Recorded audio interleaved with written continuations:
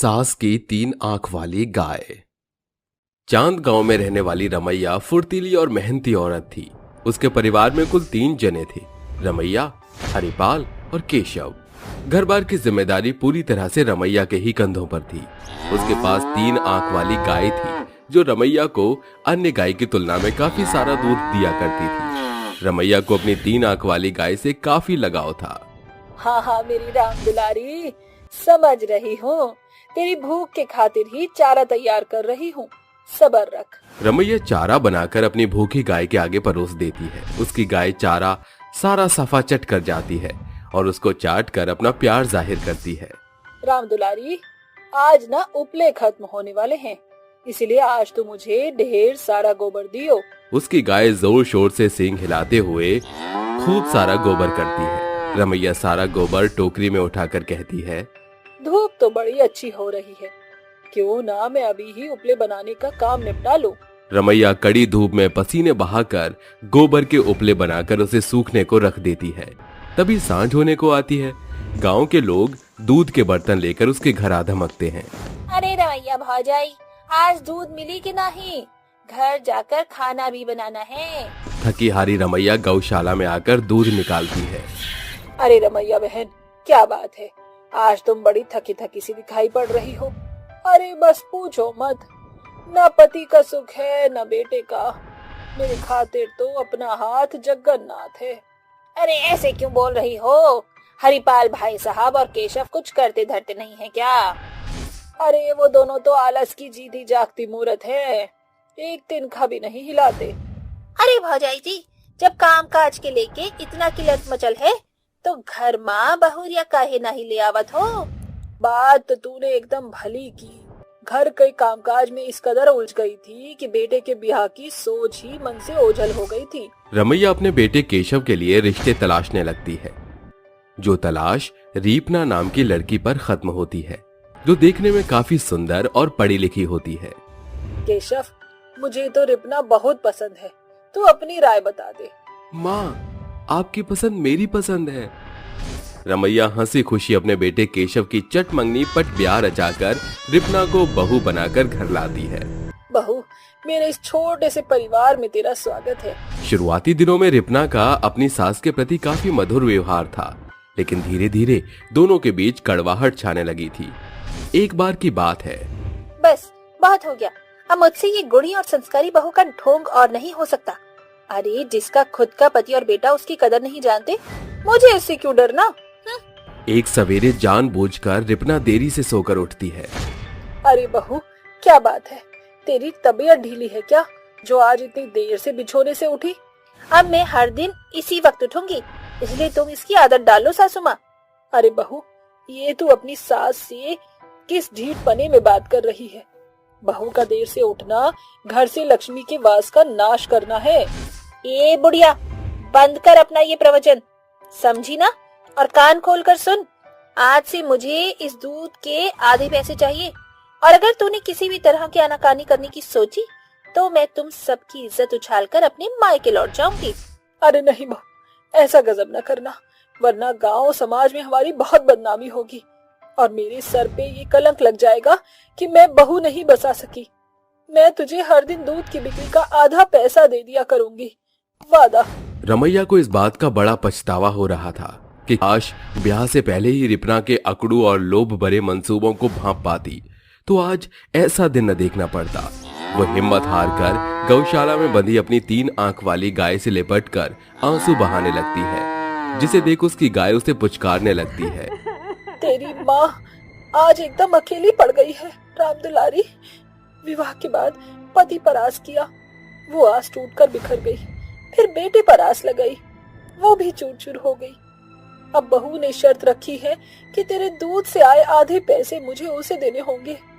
इसके लिए तुझे पहले की भांति मुझे और ज्यादा मात्रा में दूध देना होगा। अगले दिन से राम दुलारी पहले से भी ज्यादा मात्रा में दूध देने लगती है, जिससे 4 पैसे और ज्यादा आने लगे थे। ये ले दूध की आधी कमाई। रिपना पूरी कमाई हथियाने की खातिर जानबूझकर रौला मचाते हुए कहती है, ये क्या बुढ़िया, तू मुझे चिल्लर भर थमा रही है? मैं कोई छोटी बच्ची हूँ क्या? बहू, तू चाहे तो ये सारे पैसे रख ले, लेकिन अपना पारा मत बढ़ा। रमैया खौफ में आकर प्रतिदिन दूध से होने वाली कमाई अपनी लालची बहू के हाथों में थमाया करती, लेकिन उसका लालच और ज्यादा बढ़ने लगा था। सासू माँ, इतने से काम नहीं चलेगा। अरे बहू, मैं और नोट कहाँ से लाऊं? मैंने कोई दूध की डेयरी थोड़ी खोली है। ये तो गनीमत है जो मेरी 3 आंखों वाली गाय सभी के मालजाल से बढ़ चढ़ कर दूध देती है। सासू माँ, आप ना वफादारी बहुत दिखाती हैं। कल से आपको दूध में आधा पानी मिलाना है, जिससे दूध की मात्रा दुगनी होगी और उससे ताबड़तोड़ कमाई हो पाएगी। तू मुझसे ग्राहकों के साथ धोखाधड़ी का काम करवाना चाहती है? देख बुढ़िया, तुझे ये करना ही होगा। अगले रोज से रमैया मजबूरन पानी वाला दूध बेचने लगी थी, लेकिन दुर्भाग्यवश उसकी भनक पूरे गांव वालों को लग जाती है। अरे रमैया भाजाई, सच बताओ, तुम दूध में पानी मिलाए के धंधा कब से करत हो? अरे भला हम गांव वाले दूध की कीमत देकर पानी क्यों खरीदेंगे? हमको ये घाटे का सौदा हजम नहीं होगा। अरे ऐसे लोगों को तो सबक सिखाना ही चाहिए। रूपा एक पत्थर उठाकर रमैया पर वार कर देती है। ये देखकर उसकी 3 आंखों वाली गाय खूंटा तोड़कर उन सभी को सींग मारती है। गुस्से से तिलमिलाया सतनाम गाय पर लाठी बरसाकर चल पड़ता है। अपनी गाय का बुरा हाल देखकर रमैया भड़ास निकालकर कहती है, देख ले बहू, तेरे लालच के चलते उन जालिम कसाईयों ने मेरी राम दुलारी को कितना मारा। ए बुढ़िया, तेरी इतनी जरूरत जो मेरे आगे छुरी की तरह जुबान चलाती है? अगले 1 हफ्ते के लिए तेरा खाना बंद और तेरी इस 3 आंख वाली गाय का दाना बंद। रमैया की बहू लालची तो थी ही, लेकिन अब उसमें कसाई की छवि भी सवार हो गई थी। वो अब अपनी सास और उसकी गाय पर बेहिसाब जुल्म ढाती है, जिसके चलते उसकी गाय एकदम बेजान और मरियल पड़ जाती है। सुनो जानवर की टोली, मैं बाजार जा रही हूँ चाट खाने। मेरे पीछे से रसोई घर में कदम रखने की जरूरत मत करना। उसके जाते ही रमैया कहती है, चल राम दुलारी, आज मैं तुझे खेत खलिहान घुमाने चलती हूँ। वहाँ तू जी भरकर घास खाना। रमैया अपनी गाय को लेकर चल देती है। तभी उसे रिपना के पीछे तेजी में आ रहा ट्रक देख राम दुलारी दौड़कर रिपना को अपनी सींग से दूर फेंक देती है, लेकिन उसके पैर घायल हो जाते हैं। वो स्तब्ध होकर बैठ जाती है। ये मेरी वजह से क्या हो गया? रिपना अपने पल्लू का बड़ा सा टुकड़ा गाय के पैरों में बांधकर उससे लिपट कर रो पड़ती है। मुझे माफ कर दो राम दुलारी, आज तू ना होती तो शायद मेरी सांसें रुक गई होती। रिपना पछताते हुए अपनी सास और गांव के लोगों के सामने माफी मांगकर कहती है, आप सभी की असली कसूरवार मैं हूँ। दूध में मिलावट मैंने ही कराया था। माँ जी और राम दुलारी तो वफादारी से अपना काम कर रही थी। हे शिव, हमने गलत फहमी का शिकार होकर एक बेजुबान जानवर पर वार किया। हमें माफ कर दे राम दुलारी। सभी सच से वाकिफ होकर 3 आंखों वाली गाय का दूध खरीदने लगते हैं। अब रिपना अपनी सास के साथ मिलकर दूध के व्यापार को आगे बढ़ाकर और भी गाय खरीदकर दूध का फार्म खोलकर अच्छी कमाई करने लगते हैं। रूपाली अपनी नटखट बेटी दिया और पति सुरेश के साथ एक छोटे से घर में रहा करती थी। दिया एक बहुत चुलबुली लड़की थी, जिसे गोले से बड़ा ही प्यार था। वो कहीं भी जाती तो सबसे पहले गोले को ही देखा करती। यहाँ तक कि वो किसी की शादी में भी जाती तो दूल्हा दुल्हन को बाद में, गोले को पहले देखा करती।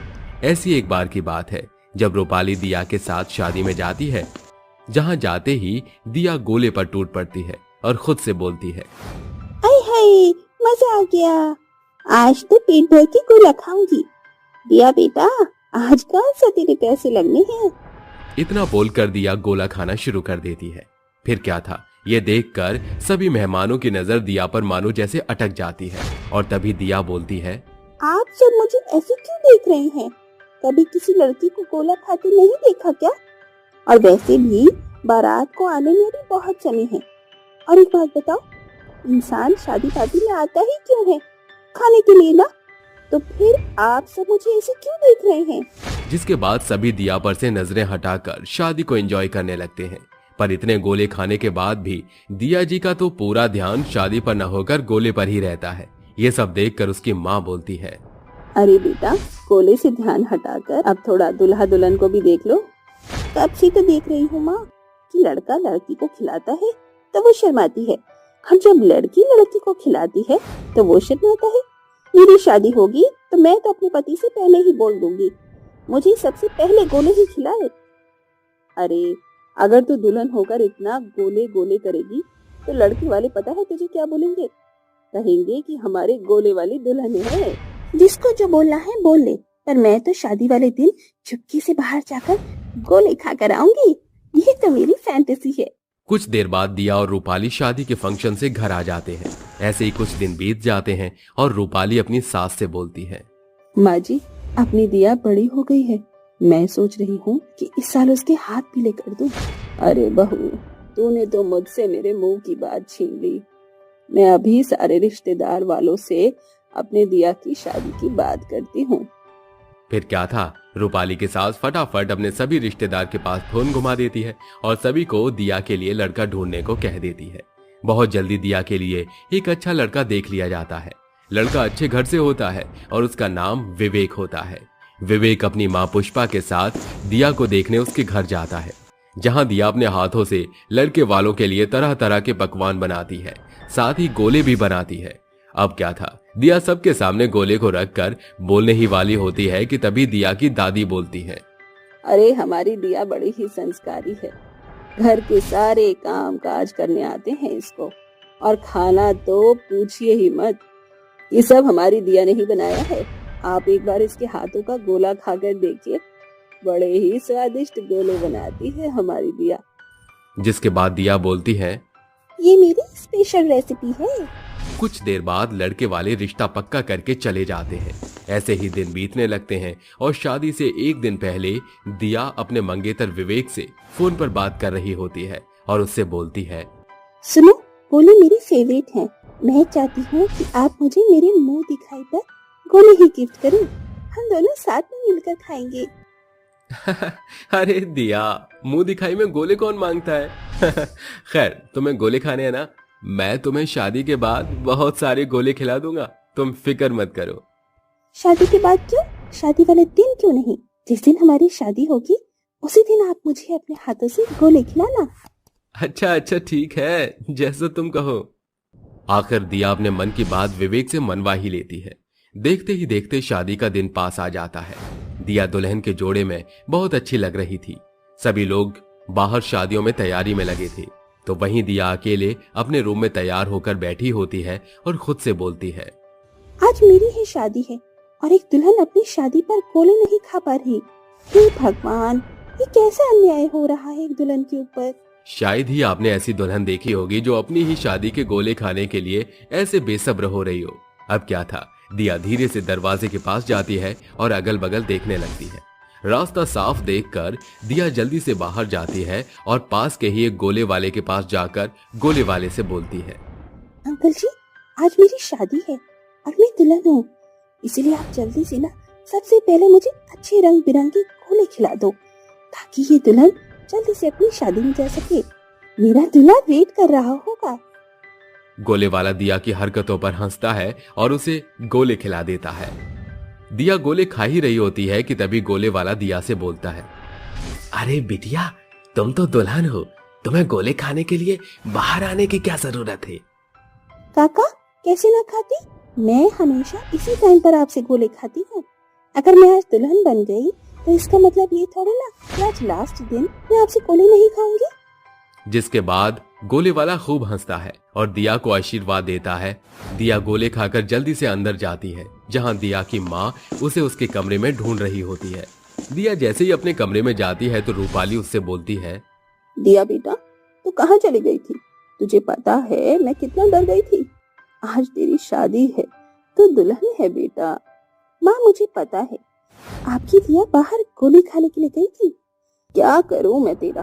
तुझे कुछ चाहिए था तो तू मुझसे बोल देती ना, मैं तेरे गोले ले आती। इस तरह बिना बताए बाहर जाने की क्या जरूरत थी?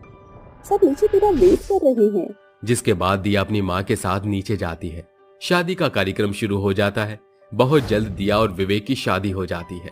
शादी होने के बाद सभी लोग साथ में बैठकर खाना खा रहे होते हैं। खाने की टेबल पर हर तरह के पकवान रखे थे, सिवाय दिया के फेवरेट गोले के। दिया भी सबके साथ घूंघट में खाने की टेबल पर होती है, पर दिया की नजरें तो अब भी अपने गोले को ढूंढ रही थीं। ये देख पुष्पा उससे बोलती है, अरे क्या हुआ हमारी प्यारी दुल्हन को? वो खाना क्यों नहीं खा रही? आखिर उसकी नजरें किस चीज को तलाश कर रही है? अपनी सास की बातें सुनकर वो अपना घूंघट उठाती है और बोलती है, मेरे गोले कहाँ हैं? ये कोई आम दुल्हन नहीं है, ये है हमारी गोले वाली दुल्हन। भाई दुल्हन के लिए गोले लाकर रख दो। जिसके बाद सब हंसने लगते हैं और दिया के लिए स्पेशल गोले मंगवाए जाते हैं, जिसे खाकर दिया अपने ससुराल जाती है और ससुराल में जाने के बाद विवेक उसे गिफ्ट में उसके फेवरेट गोले देता है। सोना चुराने वाली चुड़ैल सास बहू। रात के घनघोर अंधेरे में दो चुड़ैलों का साया अजमल खां गांव में घुस आता है। सभी इस समय नींद में हैं। ये सही मौका है हाथ साफ करने का। और ये मंदबुद्धि चुड़ैल ज्यादा शोर मचाएगी तो चील कौवे हमारे चारों ओर मंडराने लगेंगे। फिर गांव वालों को शक हो जाएगा कि हम यहाँ चोरी के इरादे से आई हैं। वो दोनों चुड़ैल सिर से पांव तक सोने के गहनों से लदी हुई थी।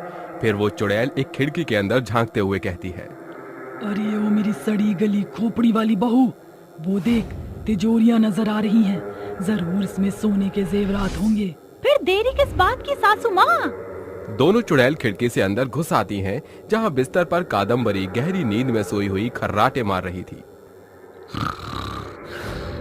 सासू माँ, इसके खर्राटे तो हमें चैन से चोरी ही नहीं करने देंगे। चुड़ैल जैसे ही तिजोरी खोलती है, उसमें अनेकों चमचमाते सोने के गहने भरे होते हैं।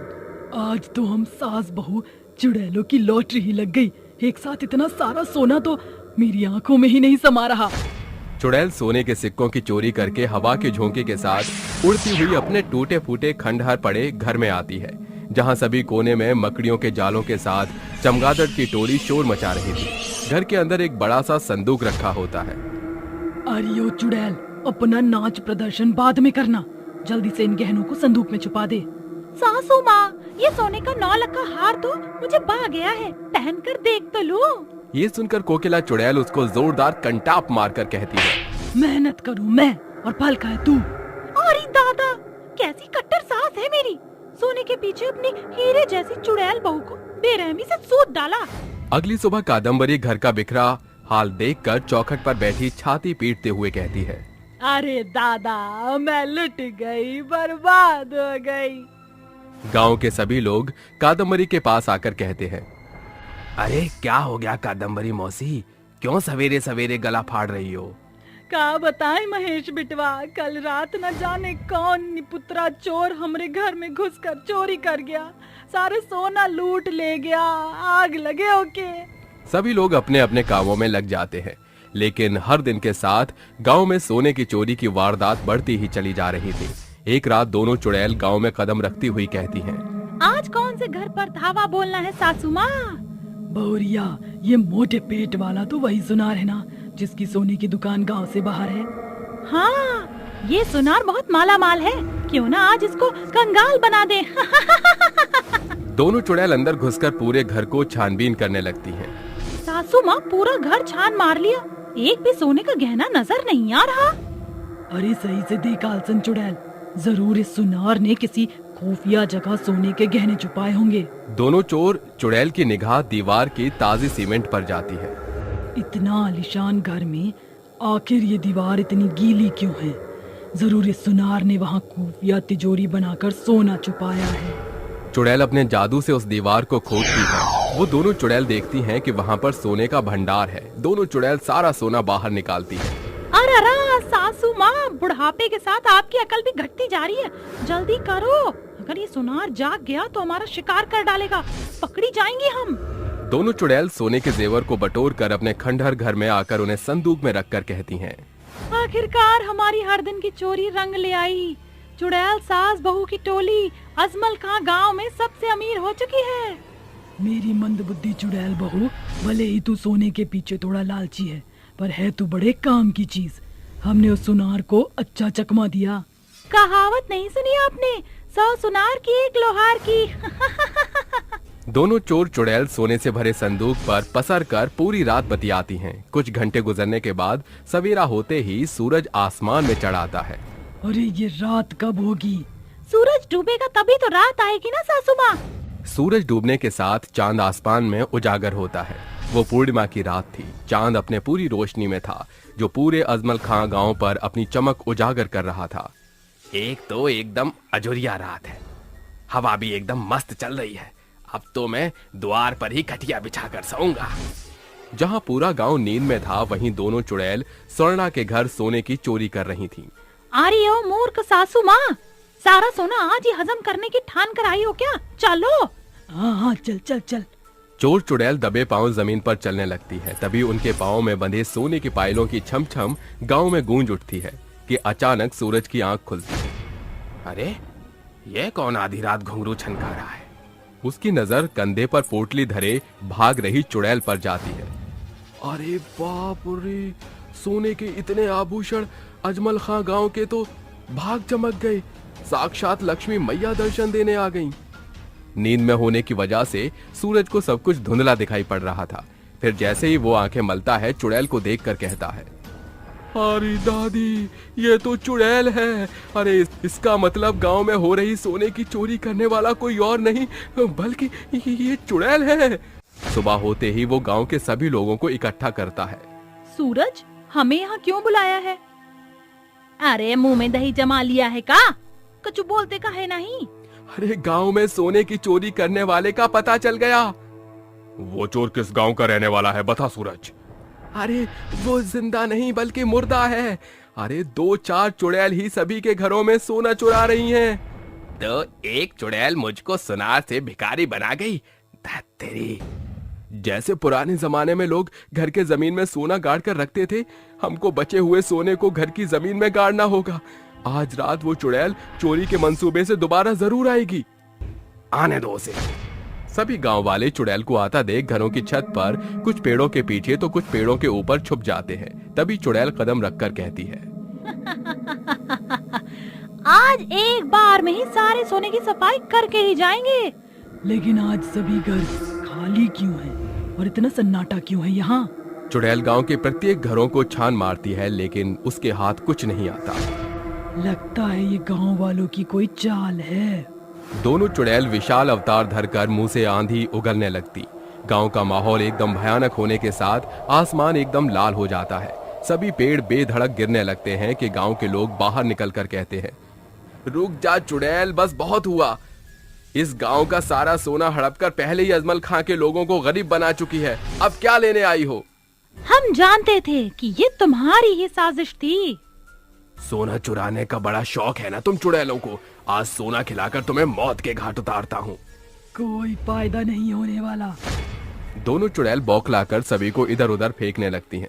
हम हार नहीं सकते। इन चुड़ैलों को मशाल की लौ से घेरना होगा। उठो गांव वालों, ये समय कमजोर पड़ने का नहीं है। सभी मशाल की लौ से चुड़ैल को गोल घेरे में कैद करके कहते हैं, बता क्यों कर रही है तू सोने की चोरी? बताती हूँ, हम दोनों सास बहू हैं। अकाल मृत्यु के बाद हमारी आत्मा मुक्त नहीं हो सकी। हम धरती पर दर दर भटकने लगी। एक दिन हम भूख से चटपटा रही थी तो हमारी नजर इस गांव की एक औरत पर पड़ी जिसने सर से पांव तक सोने के जेवर पहने थे। हमने उसके जेवर छीनकर उसे खाकर अपनी भूख मिटाई। और फिर चमचमाते सोने के जेवर पहनना हमारा बड़ा शौक बन गया, इसलिए हम सोने की चोरी करने लगे। आज हम तुम्हारी कहानी खत्म कर देंगे। नहीं, रुको, हमको मत जलाओ, हम तुम्हारा सोना लौटा देंगे। हम भला एक चुड़ैल का यकीन क्यों करें? हमें सिर्फ सोने के गहनों का लालच है। अजमल खां गांव से 2 कोस दूर एक खंडार है। उस घर के संदूक में तुम सभी के जेवर पड़े सुरक्षित हैं। हम वादा करती हैं, इस गांव से कहीं और चली जाएंगी। गांव वाले चुड़ैल को रिहा कर देते हैं और सवेरे चुड़ैल के दिए पते पर पहुंचकर सोने से भरे संदूक को अपने गांव ले आते हैं, जिसमें चोरी का सारा सोना जब्त था। सभी के सोने उन्हें मिल जाते हैं और एक बार फिर गांव सुखद तरह से रहने लगता है। कुम्हार का जादुई बर्तन। गिरिधर एक कुम्हार था जो मानिकपुर गांव में अपने परिवार के संग रहा करता था। परिवार में उसकी पत्नी माधवी, बेटी गौरी और मां निर्मला थी। घर बार की जिम्मेदारी गिरिधर के कंधे पर थी। गिरिधर को अपने चाक से बहुत लगाव था, क्योंकि उसी से उसके घर की दाल रोटी का जुगाड़ होता है। उनके घर का ढांचा बेहद पुराना जान पड़ रहा है। वो सारे में बैठी गौरी पढ़ाई कर रही थी और चौखट के बाहर गिरिधर बर्तन बना रहा था। माधवी, शायद तुमने मिट्टी को भली तरह रौंदा नहीं है। अरे बर्तन का आकार एकदम टेढ़ा भद्दा उभर रहा है। वो दंपत्ति साथ मिलकर पूरा दिन जी तोड़ मेहनत करके मिट्टी के बर्तन बनाया करते थे, लेकिन भरसक मेहनत के बावजूद भी कुछ खास कमाई उनके हाथ नहीं लगती थी। गिरधर उन बर्तनों को बाजार में लाकर बेचा करता था। बर्तन ले लो, मिट्टी के सुंदर बर्तन ले लो। आओ मित्रों सज्जनों और ले जाओ सस्ता टिकाऊ मिट्टी के लुभावने बर्तन ले लो भैया बर्तन ले लो। कुछ बर्तनों की बिक्री से गिरधर के पास 4 पैसे आते हैं और वो कहता है, अब राह ताकने का कोई फायदा नहीं, देर शाम हो गई है, अब मुझे घर निकलना चाहिए। वो बर्तनों का टोकरा सिर पर धरकर चल पड़ता है। रास्ते में वो बनिए की दुकान से राशन खरीद कर घर पहुंचता है। माफ करना भाई, आने में जरा देरी हो गई, ये लो राशन। ये कोई नई बात थोड़ी है, रोज का रोना है। अरे जब इन मिट्टी के बर्तन बेचकर गुजारा कठिन हो रहा है तो छोड़ क्यों नहीं देता ये कुम्हारगिरी और बनिया का व्यापार क्यों नहीं करता? माँ, ये कैसे संभव है? अरे मुझ गरीब कुम्हार की जेब में घर का राशन पानी चलाना ही पहाड़ तोड़ने के बराबर है। कौन देगा मुझे कर्जा? अरे तो क्या जीवन भर इसी गरीबी के दलदल में धंसकर ये मिट्टी के बर्तन बेचने में ही जीवन काट देगा? दोनों के बीच बढ़ते मतभेद को देख माधवी कहती है, माँ जी, अगर हमारे भाग्य में सुख लिखा होगा तो वो खुद ब खुद हमारा दरवाजा खटखटाएगा। बहू की बातें सुनते ही निर्मला झुंझलाते हुए कहती है, सत्यानाशिनी, तुझे किसने कहा हम माँ बेटे के बीच के मसले में कूदने को? तुझसे इस घर का तो वंश जना नहीं गया। आई बड़ी सलाह मशवरा करने वाली, इस सपोलन को पैदा करके मेरे बेटे का कंधा बोझ से ढक दिया है तूने। अब क्या तुम अपशगुनी माँ बेटी मेरे बेटे को खा चबा कर दम लोगी? सास की जली कड़वी बातें सुन माधवी फूट फूट कर रोने लगती है। फिर कुछ पल के पश्चात माहौल ठंडा हो जाता है, मगर उस रात गिरधर की भूख प्यास मर जाती है और आधी रात जहां सभी नींद के आगोश में थे, उसकी आंख से नींद जैसे कोसों दूर थी। वो किवाड़ खोलकर चाक के पास आकर ढब से बैठ जाता है और बेबसी के बादल उसकी आंखों में उमड़ते हुए बरस पड़ते हैं। हे धरती माँ, ये कैसा दुखद मंजर है। मैं इस मिट्टी से दूर नहीं जाना चाहता। अरे मेरे अथक प्रयास के बाद भी कोई भी विशेष कमाई नहीं है। आर्थिक तंगी के चलते मैं एकदम बेबस और लाचार हो गया हूँ।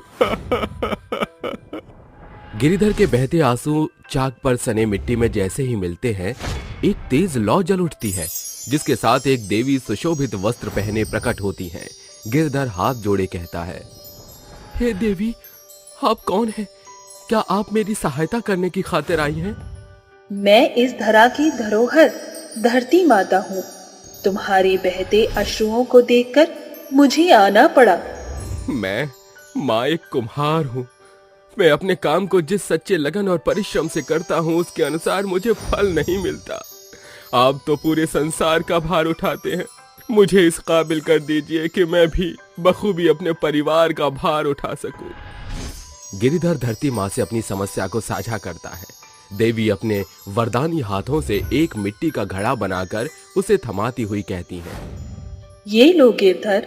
है देवी, ये तो एकदम मेरे बनाए मिट्टी के बर्तन जैसा है। गिरधर, ये एक जादुई बर्तन है जिसमें तुम जो कुछ भी एक अंश डालोगे वो बहुतायत से भर जाएगा। साथ ही ये तुम्हारे हाथों के बर्तन को एक नई पहचान देगा। देवी के ओझल होते ही गिरिधर ढांढस बांधकर उस जादुई घड़े को निहारता है। इस जादुई बर्तन की चमक मेरे बनाए बर्तन से एकदम अलग है।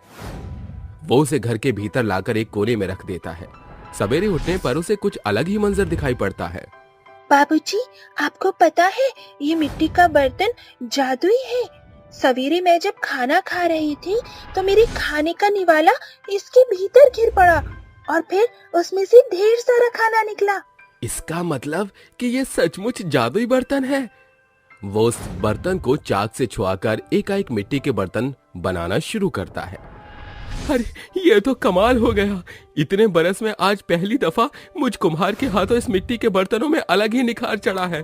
जी, आपने मिट्टी के बर्तन तो एकदम भले आकार के बनाए हैं, मगर मुझे इसमें कुछ कमी खल रही है।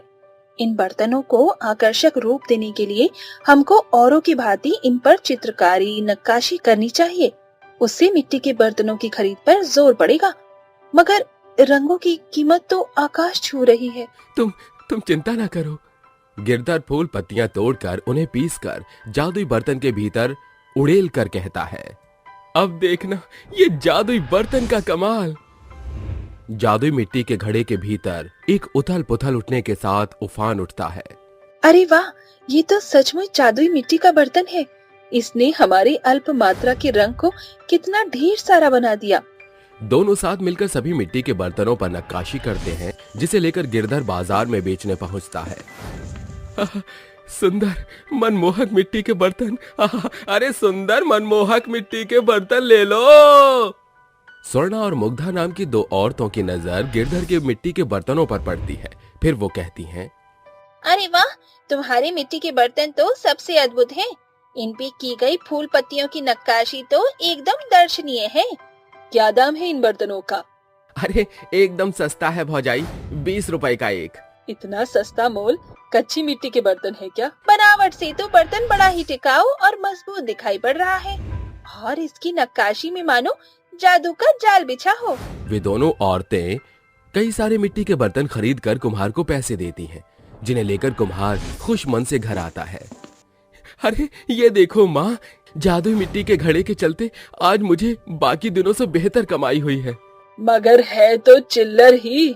तेरे जादुई बर्तन में अगर सचमुच में जादू भरा है तो इन्हें 10 गुना करके दिखाए। मिट्टी के बर्तनों की बिक्री को गिरधर जादुई मिट्टी के घड़े में डालता है। तभी सिक्कों के खनकने के शोर के साथ पूरे घर में बौछार लग जाती है। ये देख लालची निर्मला की आंखें चमक उठती हैं और वो गिरधर कहता है, माँ, जादुई मिट्टी के बर्तन ने अपना जादू तो दिखा दिया। वो सभी साथ मिलकर उन पैसों की गिनती करते हैं, जो काफी ज्यादा होते हैं। ये तो बड़ी रकम है।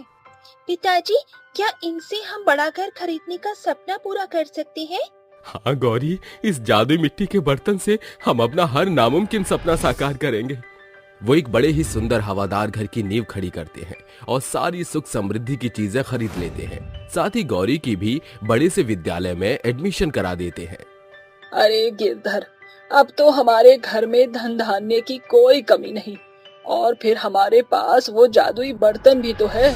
अब तुझे मिट्टी के बर्तन बनाने की कोई जरूरत नहीं।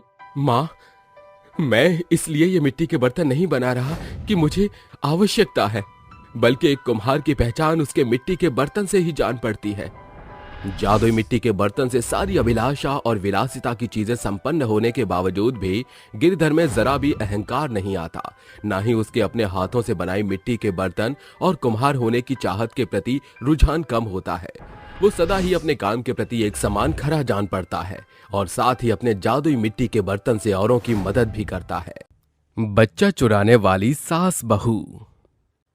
करमपुरा गांव में रात के घनघोर अंधेरे में दो औरतों के बुदबुदाने की आवाज सुनाई पड़ रही थी।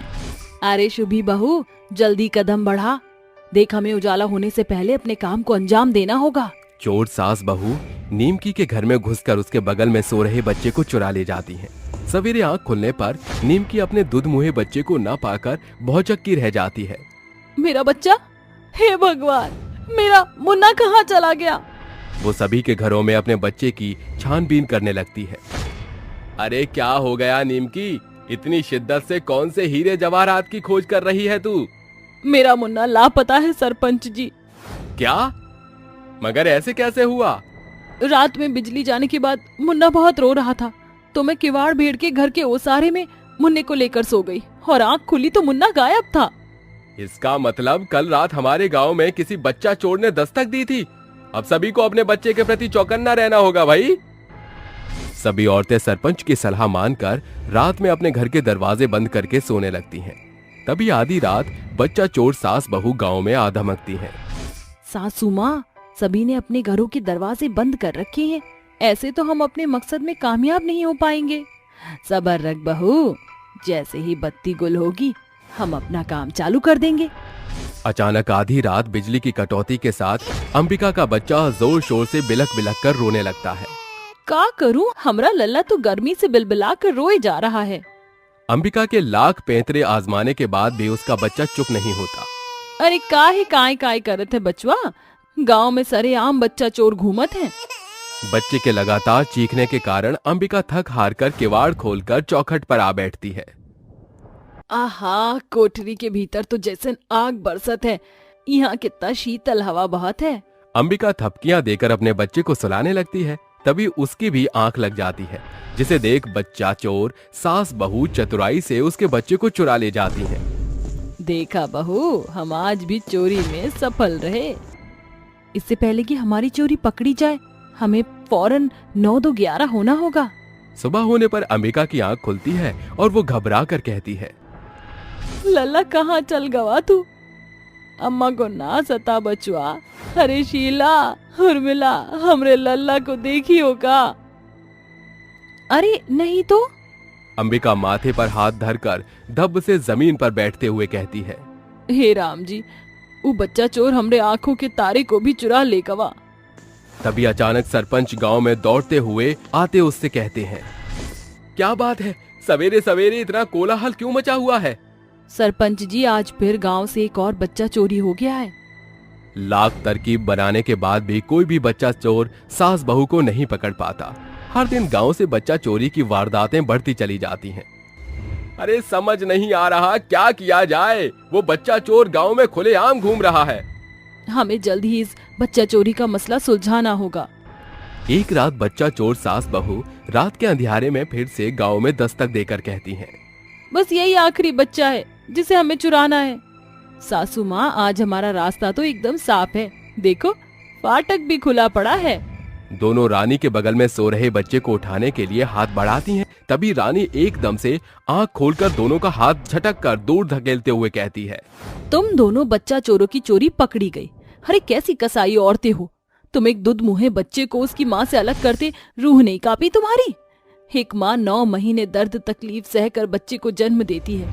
खैर, तुमने बच्चा जना होता तब ना। ये सुनकर शुभी की आंखों में आंसुओं का समंदर उतर आता है। अपने बच्चे के खातिर ही मैं ये सब कर रही हूँ। क्या मतलब?